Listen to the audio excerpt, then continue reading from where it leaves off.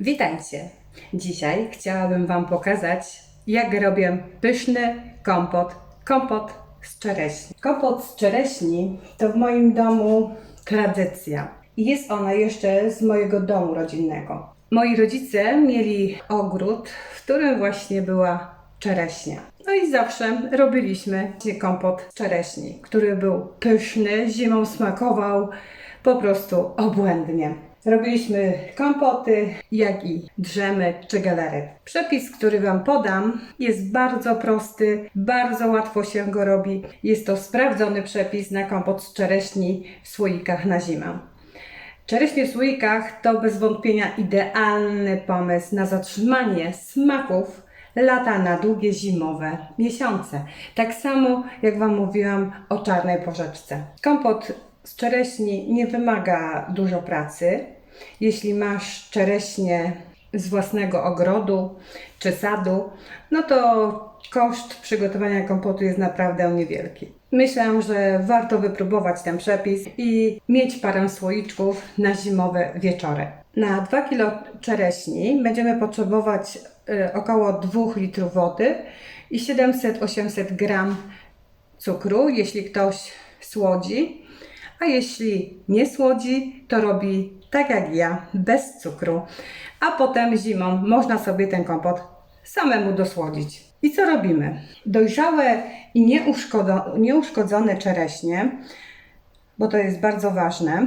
Przygotowałam sobie tutaj wodę i będę odrywała ogonki i sprawdzała wszystkie czereśnie, czy są nieuszkodzone, niepopsute i zamaczam je tak w wodzie.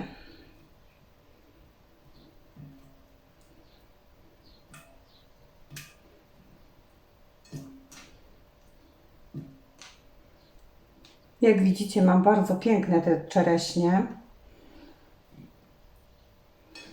Ja zrobię przykładowy jeden słoiczek, bo tak to by ten filmik trwał zbyt długo.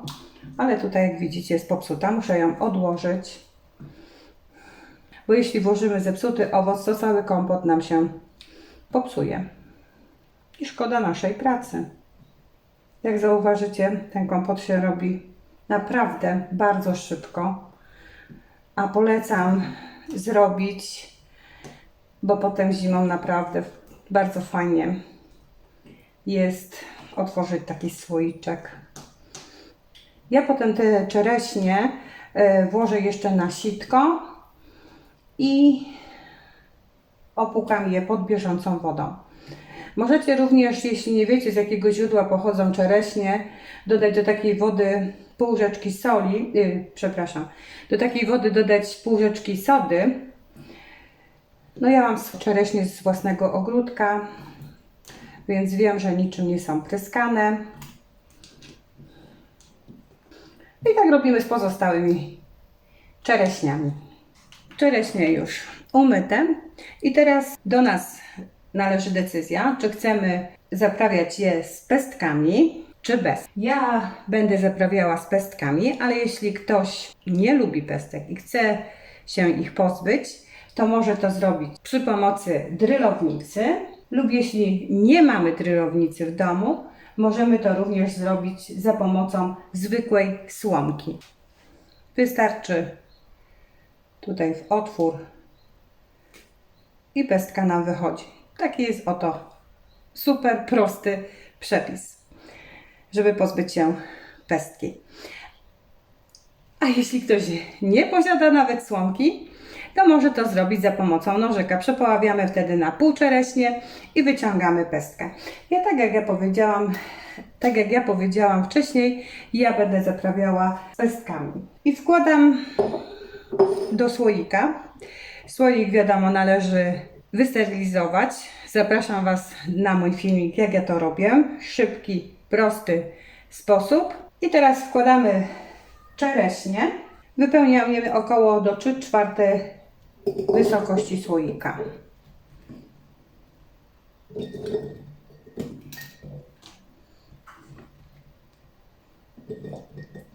Jeśli ktoś słodzi kompot, należy przygotować sobie wcześniej wodę, wsypać cukier, to w zależności ile słodzimy. Wsypuje się tak mniej więcej na jeden słoik 3-4 łyżki cukru, do 6, jak ktoś bardzo mocno słodzi. I ja wtedy taką wodę zagotuję razem z tym cukrem i zalewam czereśnie już wodą z przygotowanym cukrem.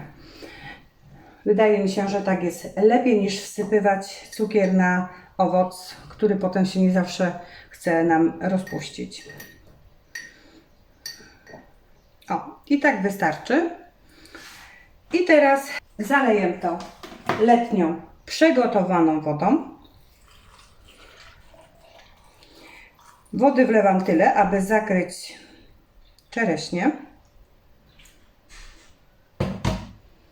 Wystarczy teraz nakrętka, zakręcić i taki słoik jest przygotowany do pasteryzacji. Jeszcze jedna taka informacja, że jeżeli ktoś by chciał trochę zrobić inny smak naszego kompotu, może również dodać tutaj sok na przykład z cytryny.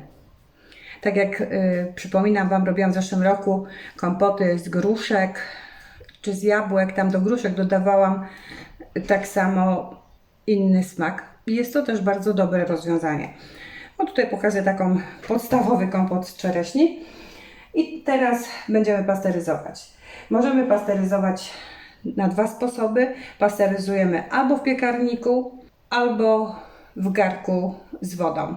Myślę, że przepis pasteryzacji w piekarniku jest chyba najszybszy i najlepszy, bo taki słoik wkładam do piekarnika, nagrzewam go do 110 stopni i od czasu, gdy się piekarnik nagrzeje, 25 minut i kompot gotowy. Jeśli ktoś zalewa gorącą wodą, to wtedy taki słoik wkładamy do piekarnika, nastawiamy piekarnik na 110 stopni i od czasu, kiedy piekarnik nabierze tej mocy 110 stopni, 25 minut i kompot gotowy. Wyciągamy nasze słoiki i są już gotowe. A jeśli nie mamy piekarnika i robimy to w garku, to na dnie garka wkładamy ściereczkę jakąś bawełnianą, słoiki układamy jeden obok drugiego, ale musimy uważać tak, żeby one się nie stykały. Wlewamy wodę do maksymalnie 3/5 wysokości słoików i ustawiamy średnią moc palnika. Doprowadzamy wodę do wrzenia i zmniejszamy wtedy moc palnika do mniejszej i pasteryzujemy tak słoiki około 25 minut. Myślę, że przepis Wam się spodoba. Jest naprawdę prosty, szybki i bardzo, bardzo smaczny. Zapraszam Was do wypróbowania tego przepisu, komentowania, lajkowania i subskrypcji mojego kanału. Zapraszam Was na kolejny filmik. Do zobaczenia!